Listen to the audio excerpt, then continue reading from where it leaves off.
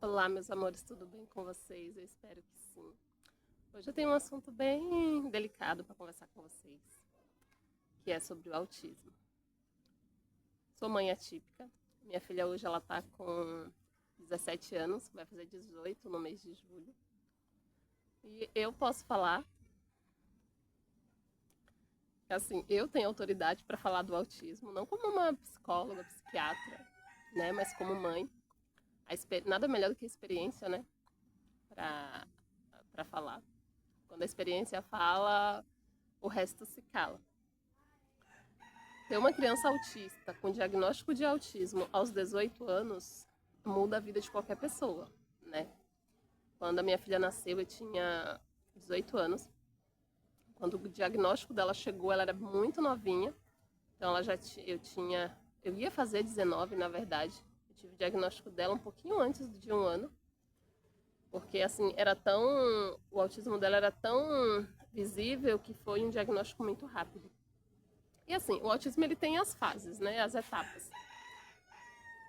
Tem a primeira etapa, que é o diagnóstico, que a gente fica tipo, o que é isso?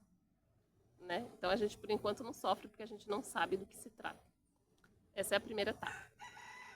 Tem a segunda etapa, que é quando a gente vai estudar, vai pesquisar, então a gente descobre o que é. Essa é a fase do e agora o que eu faço?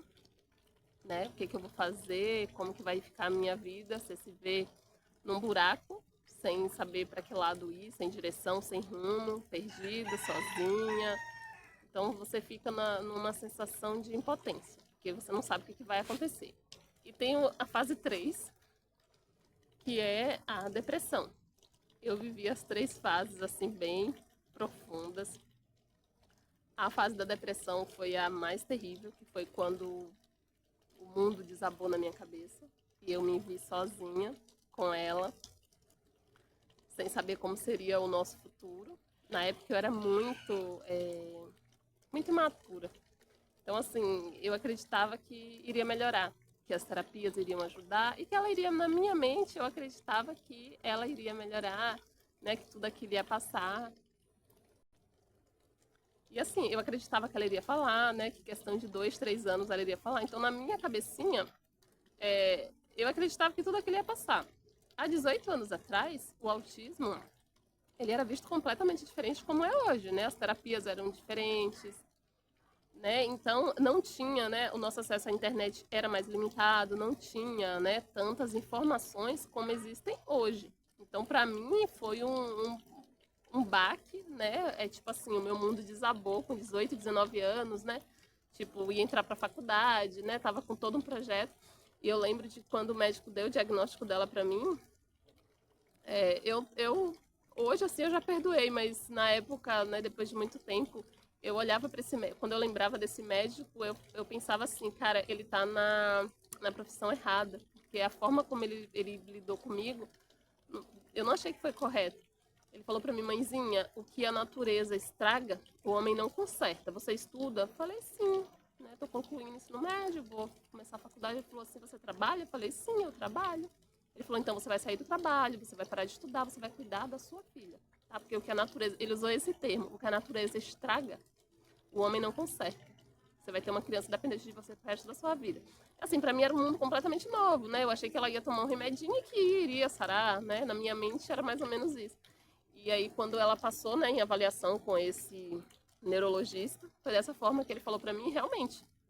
Eu saí do emprego, eu parei de estudar, eu saí da escola, né? Eu me virei e dediquei a minha vida completamente. Eu entrei no casulo com a minha filha. Né? Eu entrei ali dentro do mundinho dela, né? E aí fui em busca das terapias, o que era necessário fazer. E me voltei completamente com ela. Nesse meio tempo, eu já não estava mais com o pai dela, porque é muito complicado, né? O pai, ele continuar. São raros, né, os casos. Eu admiro muito, né? Um casamento que se mantém com a entrada do autismo, porque é muito difícil um casamento se manter. Eu falo isso por experiência própria.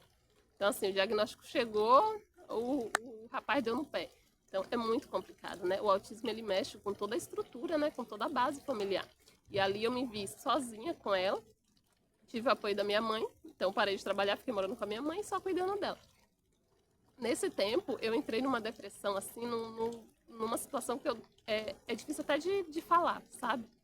Porque foi algo tão doloroso, assim, para mim. Hoje eu consigo sentar aqui e comentar, mas há um tempo atrás eu não conseguia. Era algo que ainda doía, sabe? Eu vivenciava, quando eu lembrava da situação, eu vivenciava tudo aquilo novamente, todas as emoções, né? Tudo aquilo que eu passei junto com ela. E assim, existem vários graus de autismo, né? Tem autismo leve, autismo severo, né? Autismo moderado.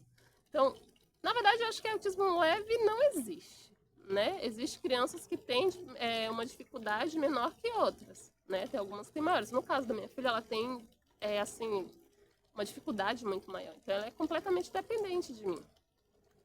Mas quando eu me vi nessa situação, né, ela ainda entre 2 aninhos, 3 aninhos, eu fui pro fundo do poço, literalmente. E ali, né, quando ela tinha uns 3 aninhos por aí, eu tentei de tudo. Porque assim, eu buscava ajuda, né? Eu falava, gente, precisa existir uma outra forma de viver isso. Porque é muito doloroso. O autismo, ele traz muita dor junto com ele. E eu pensava, sabe? Eu falava, meu Deus, o que que eu vou fazer, né? Me ajuda, como que eu posso superar isso? E esse é o tema do vídeo, né, de hoje, como que eu superei o autismo. Porque eu pedia muito para Deus, para ele que ele me ajudasse como sair de dentro daquela situação de dor. Porque uma criança com autismo, ela tem muitas dificuldades, né? São imensas, inúmeras. Eu vou citar só algumas que vieram assim para mim.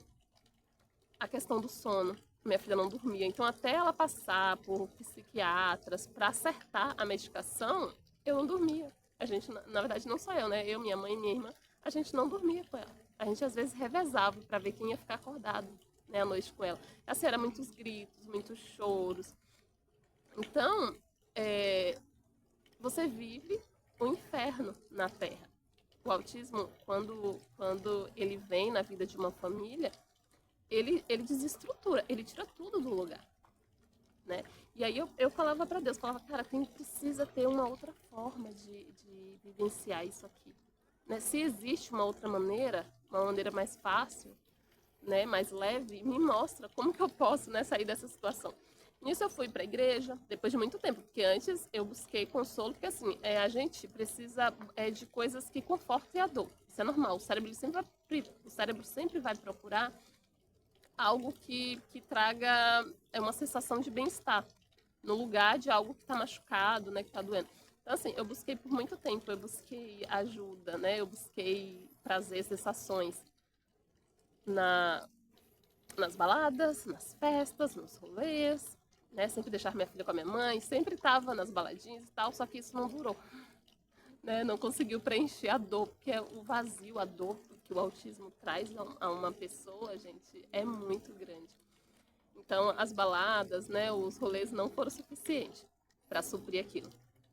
Me voltei para a igreja, né, me converti, fui para a igreja, fiz tudo bonitinho, me batizei, fiquei na igreja aí uns 10 anos, sempre orando, né, implorando para Deus que me ajudasse, que acalmasse ela, porque assim, o grau do autismo dela, o nível de suporte, né, como é falado hoje, é o mais alto, né? Então, é autismo severo. Ela não tem paciência, ela chora, ela grita, ela se joga no chão, ela se morde, ela se autoagride. Ela não nos agride, mas ela se autoagride. Então, assim, ir no supermercado com ela é complicado. E em qualquer local com ela fechado. E, na verdade, sair de casa com ela é complicado, porque ela não gosta, ela está acostumada com o ambiente dela, com o quarto dela, com as coisas dela. Então, assim, eu até pra ir na igreja com ela era complicado. A gente sempre tá deixando ela com alguém pra não conseguir ir na igreja. E isso eu fiquei por 10 anos. Sabe? E eu olhava aquela situação e falava, gente, deve existir uma outra forma. E é sobre isso que eu quero conversar com vocês hoje. 10 anos na igreja, sou muito grata ao tempo que fiquei lá, né? Porque o tempo da igreja eu consegui sair do vício do cigarro, né? Que eu tinha. E foi quando eu fui pra igreja que eu parei de fumar. Então, eu sou muito grata, sem contar outras coisas, né, que eu deixei de fazer na época que eu fui para a igreja. Então, eu sou muito grata, né, ao tempo da igreja, mas ainda não supriu a dor, né, do autismo, porque eu entendi que o autismo é algo que acontece dentro da sua família, né, quando principalmente no caso dos pais, é algo que é voltado para você. Receber uma criança com autismo não é karma, isso eu entendi porque eu também me acusava, me culpava. Eu entendi que não é karma, né? Você não está pagando nenhuma penitência, nenhum pecado, como assim eu me via. Só que é algo para você. Você. É como se fosse assim, olha, você vai ter que se olhar. Você vai precisar olhar para dentro de você. Né? E de fato, quando eu parei, né? Me afastei da igreja, me afastei de várias coisas que eu fazia e passei a olhar para mim, aí as coisas começaram a mudar. E esse olhar para mim é o que a gente chama de autoconhecimento, né? Ó, trouxe alguns aqui para vocês darem uma olhadinha. Só para vocês terem uma ideia. Autoconhecimento. Meti a cara nos livros, falei, cara, deve ter alguma coisa, deve ter algo que eu não sei, que se eu soubesse, deixaria minha vida mais leve, mais feliz. Eu iria continuar escutando os gritos da Vitória, mas aquilo não me causaria mais dor, mais culpa, mais desconforto. E realmente foi o que aconteceu. Né? 2 anos voltada para mim como uma borboleta antes de se tornar borboleta, eu me via assim, como uma lagarta rastejando com a minha filha. E era assim que literalmente eu vivia, mendigando, rastejando, né? Pedindo para uma pessoa ficar com ela para mim conseguir fazer um curso, pedindo para outra ficar para mim conseguir trabalhar, fazer um bico. Era assim que eu vivia.